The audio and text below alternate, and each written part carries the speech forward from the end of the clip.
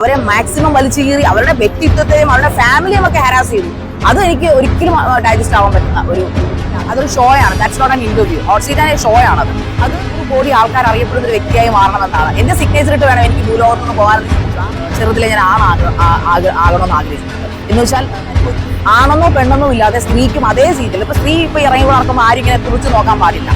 അതാണ് നമുക്ക് ശശി തരൂരിനെ ഇന്റർവ്യൂ ചെയ്യുന്ന, മുഖ്യമന്ത്രി പിണറായി വിജയനെ ഇന്റർവ്യൂ ചെയ്യുന്ന, അല്ലെങ്കിൽ നമ്മുടെ പ്രധാനമന്ത്രി മോദിയെ ഇന്റർവ്യൂ ചെയ്യുന്ന ഒരാളായിട്ടാണ് അവർ സ്വപ്നം കണ്ടത്. ഷാരിക എന്ന പേര് കൂടുതലായിട്ട് കേൾക്കുന്ന കഴിഞ്ഞ ബിഗ് ബോസ് സീസണിലൂടെ ജാസ്മിനെ ഏറ്റവും കൂടുതൽ സപ്പോർട്ട് ചെയ്ത ഷാരിക ചേച്ചി. അത് എന്താണ് ചേച്ചി പ്ലാൻ ചെയ്തതായിരുന്നു സത്യത്തിൽ? അല്ല, ബേസിക്കലി ഞാൻ ആ സമയത്താണ് എൻ്റെ ഒരു വഴിത്തിരിവ് ഉണ്ടാകുന്നത് ജീവിതത്തിൽ. അതായത് ഒരു ഇന്റർവ്യൂർ എന്ന നിലയിൽ ഒരു വഴിത്തിരിവ് വരുന്നത് ശരിക്കും പറഞ്ഞാൽ ആ ഒരു മറ്റൊരു ഓൺലൈൻ മീഡിയയുടെ ആ ഒരു സീറ്റിലൂടെയാണ്. അവർ ശരിക്കും ബിഗ് ബോസ് സീസൺ 6 കോൺസെൻട്രേറ്റ് ചെയ്തെടുക്കിയ ഒരു പ്രോഗ്രാം ആയിരുന്നത്. അങ്ങനെയാണ് ഞാൻ അതിലേക്ക് വരികയും പിന്നീട് ഞാൻ അങ്ങനെ കണ്ടിന്യൂസ് ആയിട്ട് ബിഗ് ബോസ് സീസൺസ് കാണാത്തൊരു വ്യക്തി ബിഗ് ബോസിൽ ഇരുന്ന് പഠിച്ചു, ഓരോ കണ്ടസ്റ്റൻസിനെ കുറിച്ചിരുന്ന് പഠിച്ചു. അക്കൂട്ടത്തിൽ എനിക്ക് ഇഷ്ടം തോന്നിയത് കാരണം ഞാൻ കാണുന്ന സമയത്ത് ജാസ്മിൻ അവിടുത്തെ ഇരയായി മാറിയിരുന്നു. അതായത് ഒരു നല്ലൊരു സോഷ്യൽ മീഡിയ അല്ലെങ്കിൽ നല്ലൊരു ബ്യൂട്ടി ബ്ലോഗർ ആയിരുന്ന ജാസ്മിൻ അവിടെ ചെന്ന് വല്ലാതെ കിടന്ന് കഷ്ടപ്പെടുന്ന, അതൊരു സ്ത്രീ ആയതുകൊണ്ടും, അത് ഞാൻ ജനറൽക്കാരടക്കമല്ല, അത് സ്ത്രീ ആയതുകൊണ്ടും അവര് അധികം പ്രതികരിക്കുന്നില്ല ഇൻ ദ സെൻസ് അവര് പലപ്പോഴും സൈലന്റ് ആയി പോയിട്ടുണ്ട്. ചില സന്ദർഭങ്ങളിലൊക്കെ വല്ലാതെ അവരെ ഹരാസ് ചെയ്തിട്ട് എനിക്ക് ഫീൽ ചെയ്തു. അപ്പോൾ സ്ത്രീ എന്ന നിലയിൽ എന്റെ രക്തം തിളച്ചു എന്നുള്ളതാണ്. അപ്പൊ അതുകൊണ്ടാണ് ഞാൻ കൂടുതലും ജാസ്മിനെ എനിക്ക് ആസ് എ പേഴ്സൺ ഞാൻ സപ്പോർട്ട് ചെയ്തത്. പിന്നെ ഈ ഇന്റർവ്യൂ എന്ന നിലയിൽ എനിക്കൊരു അവസരം കിട്ടി. ഞാൻ അവരോട് പറഞ്ഞു എനിക്ക് ജാസ്മിനെ സപ്പോർട്ട് ചെയ്യുന്നതിന് പ്രശ്നമില്ല. കാരണം ജാസ്മിനെ ഞാൻ പിന്നെ ആസ് ആൻ ഇന്റർവ്യൂവർ എന്ന നിലയിലും അല്ല ഒരു പേഴ്സണൽ നിലയിൽ ഞാൻ ജാസ്മിനെ മനസ്സുകൊണ്ട് സപ്പോർട്ട് ചെയ്തൊരു വ്യക്തി തന്നെയാണ്. അത്ര നെഗറ്റീവ് ഇമേജ് നിൽക്കുന്ന ജാസ്മിനെ സപ്പോർട്ട് ചെയ്യാൻ കാരണം ആ നെഗറ്റീവ് ഇമേജ് നിൽക്കുന്ന ആളെ സപ്പോർട്ട് ചെയ്യാൻ നമുക്ക് നെഗറ്റീവ് ആണെന്ന് അറിഞ്ഞിട്ടും ചേച്ചി സപ്പോർട്ട് ചെയ്യാൻ തീരുമാനിച്ചു. അതിന്റെ ഒരു ഇതെന്തുവാ? നെഗറ്റീവ് ഇൻ ദ സെൻസ് കാണുന്നവന്റെ കണ്ണിലാണല്ലോ നെഗറ്റീവ്. നമ്മുടെ സമൂഹം ഭൂരിപക്ഷം ആളുകളുടെ കാര്യമാണ്.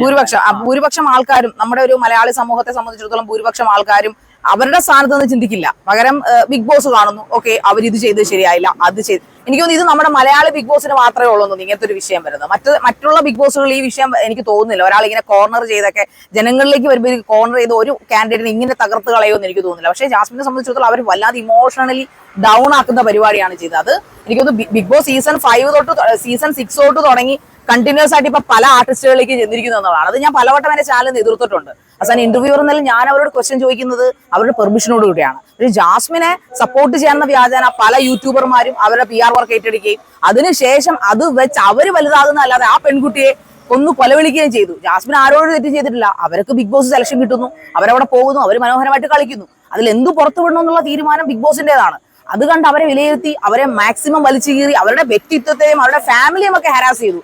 അത് എനിക്ക് ഒരിക്കലും ഡൈജസ്റ്റ് ആവാൻ പറ്റുന്ന ഒരു ഉദ്ദേശം. അതുകൊണ്ട് തന്നെയാണ് ഞാൻ അവരെ സപ്പോർട്ട് ചെയ്തത്. ചേച്ചി സപ്പോർട്ട് ചെയ്യുക മാത്രമല്ല, കഴിഞ്ഞ പ്രാവശ്യത്തെ വിന്നർ പേരെടുത്ത് പറഞ്ഞു വിന്നറിനെ എതിർക്കുകയും കൂടെ ചെയ്തു. അപ്പൊ ചേച്ചിയുടെ വാക്കുകൾ സത്യമായിരുന്നു എന്ന് ഇപ്പൊ തെളിയുന്നു. ആ വിന്നറിനെ കുറിച്ച് പല കാര്യങ്ങൾ. അപ്പൊ ചേച്ചിക്ക് ഒരു ഇതും വിഷമവും ഇല്ല അല്ലെ? ഇല്ല, എനിക്ക് ഞാൻ പറഞ്ഞിട്ടുണ്ട് എനിക്ക് തോന്നിയത് ജാസ്മിനാണ് ടൈറ്റിൽ കപ്പ് അടിക്കുന്നത് തോന്നിയിട്ടുണ്ട്. എനിക്ക് ഇപ്പൊ വിന്നറിനെ പറ്റി പുറത്തു വരുന്ന ഇതൊക്കെ കാണുമ്പോ തന്നെ എനിക്ക് പ്രത്യേകിച്ച് പുള്ളിക്കാരനെ കുറിച്ചൊന്നും അറിയില്ല. ഞാൻ ഒരു ഷോയുടെ ഭാഗമായിട്ട് അദ്ദേഹത്തിന് ഒരു ആങ്കറിംഗ് ചെയ്തിട്ടുണ്ട്. അത് അവരുടെ സ്ക്രിപ്റ്റഡ് ഷോ ആയിരുന്നു. ആ ഒരു ഓൺലൈൻ മാധ്യമത്തിന് വേണ്ടി അവർ പറഞ്ഞു നമ്മളൊരു ആങ്കർ ആണല്ലോ, നമുക്ക് ആർക്ക് വേണ്ടി ചെയ്യും, നമ്മുടെ ഒരു പേഴ്സണൽ ഷോ അല്ലത്. അപ്പൊ അദ്ദേഹത്തിന് ഒരു സ്വീകരണം കൊടുത്ത കൂട്ടത്തിൽ ഞാൻ അദ്ദേഹത്തിന് കുറച്ച് നല്ല എന്നെ അവിടെ ട്രോൾ ചെയ്യുകയും ചെയ്തിട്ടുണ്ട് അവര്. ഞാൻ അദ്ദേഹത്തെ എതിർത്ത് പറഞ്ഞു വെച്ചൊരു ട്രോളൊക്കെ വന്നിട്ടുണ്ട്. എങ്കിലും പേഴ്സണലി ആസ് ആൻ ഇൻഡിവിജ്വൽ എനിക്കിഷ്ടം ജാസ്മിൻ ജാഫറിനെ തന്നെയാണ്. അപ്പൊ ചേച്ചി കൂടുതൽ ഇന്റർവ്യൂസിലൂടെയാണ് വന്നത്. പക്ഷെ ചേച്ചി ഏറ്റവും പ്രീ പ്ലാൻഡ് ആയിട്ടുള്ള ഇന്റർവ്യൂസ് ആയിരിക്കും ചെയ്തത് എന്നാണ് രേണുസുതിയുടെ ഇതിൽ വെളിപ്പെടുത്തിയായിരുന്നല്ലോ.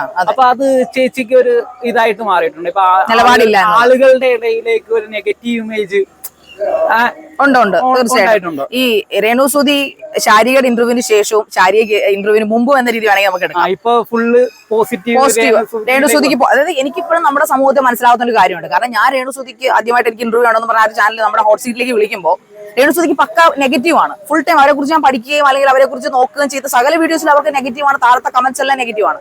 അപ്പൊ ആ ഒരു ബേസിലാണ് ഞാൻ ക്വസ്റ്റൻസ് ചോദിക്കുന്നത്, അതും with the permission of Renu സുധിയാണ്. ഞാൻ ഏതൊരു ഗസ്റ്റിനെയും ഞാൻ എന്റെ ചാനലിലും പറഞ്ഞിട്ടുണ്ട്, ഹോട്ട് സീറ്റിൽ എടുത്ത് ചോദിക്കുവാണെങ്കിൽ ഉറപ്പായിട്ടും അത് അവരുടെ പെർമിഷൻ 100% പെർമിഷനോട് കൂടി.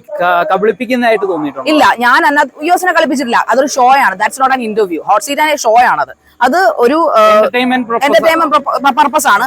ആ ഗസ്റ്റിനെ അതിനകത്തിരുത്തി ചുട്ടുപൊരിക്കും. അവരുടേതായിട്ടുള്ള നെഗറ്റീവുകൾ എടുത്ത് വെച്ചിട്ട് അവർ രേണുസുതി ആദ്യമായിട്ടാണ് അവരുടെ കമന്റ്സിന് മറുപടി പറയുന്നത് ഈ ഹോട്ട് സീറ്റിലൂടെയാണ്. അപ്പൊ ഞാൻ ഒരു ചോദ്യം പോലും എന്റെ പേഴ്സണൽ ചോദ്യം ചോദിച്ചിട്ടില്ല. സമൂഹം അവരോട് ചോദിച്ച ചോദ്യങ്ങളും അവർക്കെതിരെ നടത്തിയ കമന്റുകളും എടുത്തു വെച്ചിട്ടാണ് ഞാൻ ചോദിച്ചത്. അതിന് രേണുസുതിക്ക് കൃത്യമായ മറുപടി ഉണ്ടായിരുന്നു കേട്ടോ. She is very smart woman ആണ് അവര്. നെഗറ്റീവ് ഇമേജ് പേടിയില്ല ചേച്ചിക്ക്? എനിക്ക് നെഗറ്റീവ് ഇമേജ്, ഞാൻ ജെന്യൂൻ ആയിട്ടുള്ള കാര്യങ്ങൾ പറയും. എനിക്ക് പേഴ്സണലി രേണുസുതിയുടെ ചെയ്തികളോട് അങ്ങനെ എതിർപ്പൊന്നുമില്ല. അവരുടെ ജീവിതം ജീവിക്കുന്നു, നമ്മൾ ഇത്ര ചൊറിയേണ്ട ആവശ്യമില്ല എന്ന് പറയുന്ന ഒരാളാണ് ഞാൻ. അതാണ് എന്റെ നിലപാട്, പേഴ്സണൽ നിലപാട്.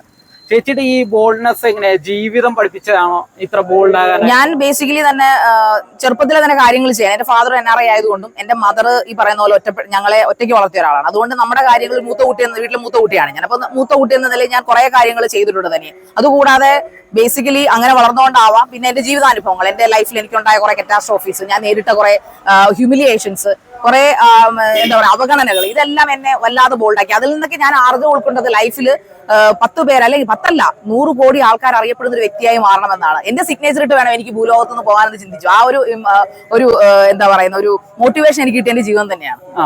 അപ്പൊ ലൈഫ് നമുക്ക് അത്രയേറെ ലെസൺ അതിലൂടെ ഒരു പുരുഷനെ വെറുക്കുന്ന രീതിയിലേക്ക് ആയിട്ടുണ്ടോ? No never. എല്ലാവരുടെയും ചിന്താഗതി ഞാനൊരു ഫെമിനിസ്റ്റ് ആണെന്നാണ്. ഫെമിനിസ്റ്റ് എന്ന് പറഞ്ഞാൽ ഇക്വാളിറ്റി എന്നേ അർത്ഥമുള്ളൂ. ഒരിക്കലും പുരുഷനെ താറടിക്കുന്ന ഒരാളല്ല. എന്റെ ഏറ്റവും ബെസ്റ്റ് സുഹൃത്തുക്കൾ, അതായത് എന്റെ ഒരു മാരേജ് ലൈഫിൽ എനിക്കൊരു പ്രശ്നം ഉണ്ടായപ്പോൾ, അല്ലെങ്കിൽ റിലേഷൻഷിപ്സിൽ പ്രശ്നം ഉണ്ടാകുമ്പോൾ, അല്ലെങ്കിൽ എനിക്ക് ഫിനാൻഷ്യൽ പ്രോബ്ലം ഉണ്ടായപ്പോൾ എന്നെ ഏറ്റവും കൂടുതൽ സഹായിച്ചിരിക്കുന്ന പുരുഷന്മാരാണ്, എന്റെ പുരുഷ സുഹൃത്തുക്കളാണ്. ഒരിക്കലും ഒരു ഡബിൾ മീനിങ് എടുക്കാതെ ഏത് രാത്രിയും പകലും വിളിക്കാവുന്ന പുരുഷ സുഹൃത്തുക്കൾ എനിക്കുണ്ട്. ഏത് റെസ്റ്റോറൻസിലും അവരോടൊപ്പം പോയിരുന്ന് എനിക്ക് ടൈം സ്പെൻഡ് ചെയ്യാം, ഒരു പേടിയുമില്ലാതെ. അതിലേക്ക് ഏറ്റവും കൂടുതൽ സപ്പോർട്ട് ചെയ്തിരിക്കുന്ന എന്റെ പുരുഷ സുഹൃത്തുക്കൾ തന്നെയാണ്. എന്റെ ഒരു ലേഡി സുഹൃത്തിനോട് പറയാത്ത പല കാര്യങ്ങളും ഞാൻ ആദ്യം ഷെയർ ചെയ്തിരിക്കുന്നത്.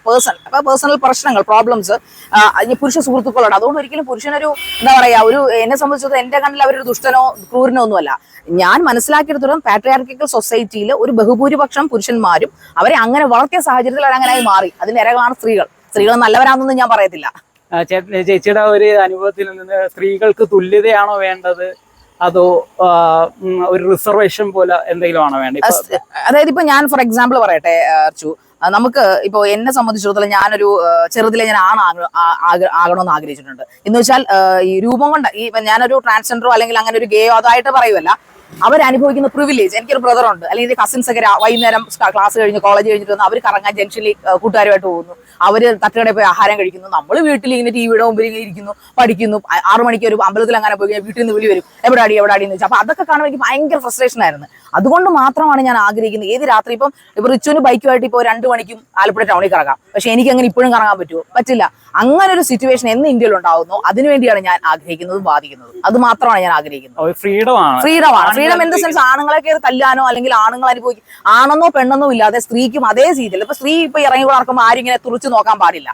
അതാണ് നമുക്ക് വേണ്ടത്. അതിനാണ് ഞാൻ തീർച്ചയായിട്ടും ഒരുപാട് മാറ്റങ്ങളുണ്ട്, ഒരുപാട് മാറ്റങ്ങൾ. പക്ഷെ അത് ചില സമയത്തൊക്കെ ചില ഓവറായിട്ട് പോകുന്നുണ്ടെന്ന് എനിക്ക് സംശയമില്ല. അതില്ല, ആ മാറ്റങ്ങളെ ദുരുപയോഗം ചെയ്യുന്നവരില്ലാതില്ല, എങ്കിലും മാറട്ടെ.